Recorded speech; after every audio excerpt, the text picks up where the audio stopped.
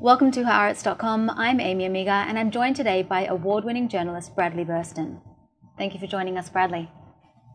You've written that Israel's siege on Gaza made the entire population there dependent on Hamas. And as a direct result, that made Hamas rich, dominant, and indispensable. And as we've witnessed, it's also led to 3 wars in 6 years. What should Israel do to correct that mistake? What Israel needs to do is the last thing that Israel wants to do. Which is? Which is to internationalize their treatment of the borders of Gaza. Okay, what else would they need to do? All right, I believe that they need to open talks immediately. With talks, Hamas? Sanctioned by the United Nations, in which Hamas representatives indirectly take part. It was the same thing as Madrid, where Shamir had talks with the PLO, but in theory there was no one there from the PLO. Israel's position toward the PLO in 1991 was exactly the same as Israel's position toward Hamas now, that you must not talk to these terrorists, but Israel did. There are those people who can speak for Hamas without being in Hamas. What else would it need to do? I think that it's absolutely crucial for Israel to actively help in the reconstruction of Gaza.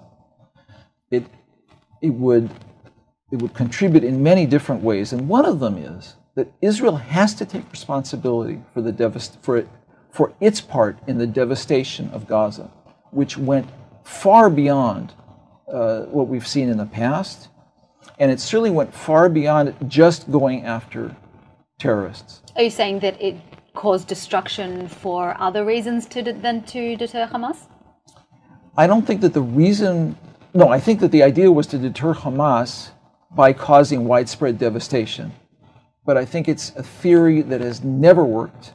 It only strengthens Hamas, because as much as people may turn against Hamas as their immediate government, they hate Israel all the more for having actually dropped the bombs and let loose the artillery. And there are other problems as well. But the fact is that if you flatten whole areas for whatever reason, and even if it's to prevent, in one case, a soldier being captured, and as a result you wind up killing the soldier and killing enormous numbers of civilians, I think that Israel has a responsibility, but also it's in Israel's own interest to actively aid in the reconstruction, because the message that it would send is, we care about those civilians. We didn't kill them on purpose.